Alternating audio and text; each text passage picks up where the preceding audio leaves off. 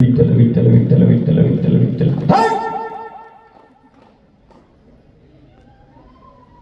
हरि कथा सुन रहा है,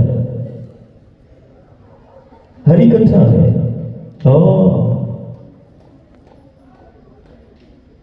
हरि कथा बाकी भी आ रही, राधा रमण, गोवर्धन गिरिराज बाबा की शरण, श्रीनाथ की शरण। देखो पहले हरि कथा। अरे हरि कथा हमें जीना सिखाती है, हरि कथा जीव को भय मुक्त करती है। मेरे हरि की कथा है, मेरे राम की कथा है जो जीना सिखाती है, रिश्तों का बोध कराती है, माटी से प्रेम करना सिखाती है, माटी का मान बढ़ाती है। वो है मेरे प्रभु की कथा, वो है राम की कथा जो जीना सिखा दे। वो है हरि की कथा जो इन पेड़ पहाड़ों से और माटी से जोड़ दे। वो है मेरे हरि की कथा जो यमुना का मान, गंगा का मान, कभी गोदावरी कभी कावेरी का मान। वो हरि की कथा है, हरि का चिंतन है। माटी का मान करता, माटी से प्रेम करता, हम माटी में जहर मिला के जीने की बात करते। फिर इसके बाद गुरु और गोविंद के दरबार में हम कहते मेरे घर में ऐसा संक्रमण कैसे है, मेरे घर में ये आपदा कैसे आ गई, रोग कैसे, दोष कैसे। रोग और दोष का कारण है मान हम सही रहे हैं, हरि का नाम सही ले रहे हैं, हरि कथा भी हम सही सुन रहे हैं। हरि की कथा में कोई संशय नहीं है, कारण वो हरि का चरित्र ही है, शाश्वत है, सनातन है। वो मेरे प्रभु का चरित्र है, वो राम कथा नहीं, वो काल्पनिक चरित्र नहीं है राम का, कृष्ण का। वो वास्तविक चरित्र है, वो गुरु और गोविंद का। और जो वास्तविक चरित्र होगा वही जीव जगत का आधार होता है। इसीलिए राम का, कृष्ण का, गुरु का चरित्र हमारे लिए आधार है, वास्तविक है, काल्पनिक नहीं है। कल्पनाओं में तो हम जीने लगे, काल्पनिक हमारी जीवन शैली में आ गई है। कल्पना, हम काल्पनिक हो गए, हम प्रकृति से विमुख हो गए, हम माटी से विमुख हो गए, हम जीने की बात करने लगे।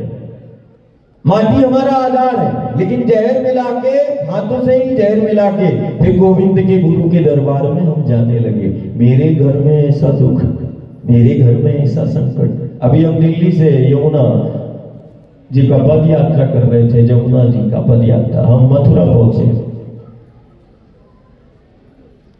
दिल्ली से मथुरा तक हमने 200 किलोमीटर का यात्रा किया, 180-85 किलोमीटर, 200 किलोमीटर हम पथ पे चले। एक एक गांव में मैंने देखा, बहुत साधारण सी चीज देखी। और नर्मदा के तट पे भी हम देखने लगे, अब गंगा के पथ पे भी हमने देखा, अभी यमुना के तट पे हम देख के आए। 15-20 कैंसर के रोगी हर गांव में मिल जाएंगे वहां पर। सिर्फ 200 किलोमीटर की बात कर रहा हूँ दिल्ली से, और उसमें कुछ हरियाणा का भी हिस्सा आता है, फरीदाबाद और पलवल के गांव। फिर इसके बाद मथुरा यूपी का आता। 3 राज्यों के गांव आते हैं, दिल्ली, हरियाणा और मथुरा। एक एक गांव में ऐसे ही जैसे हम अभी 20 किलोमीटर हम चलते हैं, ऐसे ही 20-22 किलोमीटर हम रोज चले, और 10-11 दिन का हमने मैया के पथ पर सेवा दी वहां। और हमने एक एक गांव में ऐसे रात काटी और एक एक गांव में जागरण किया। गांव से मिले, परिवार से मिले। पता है चौंकाने वाली चीजें क्या है?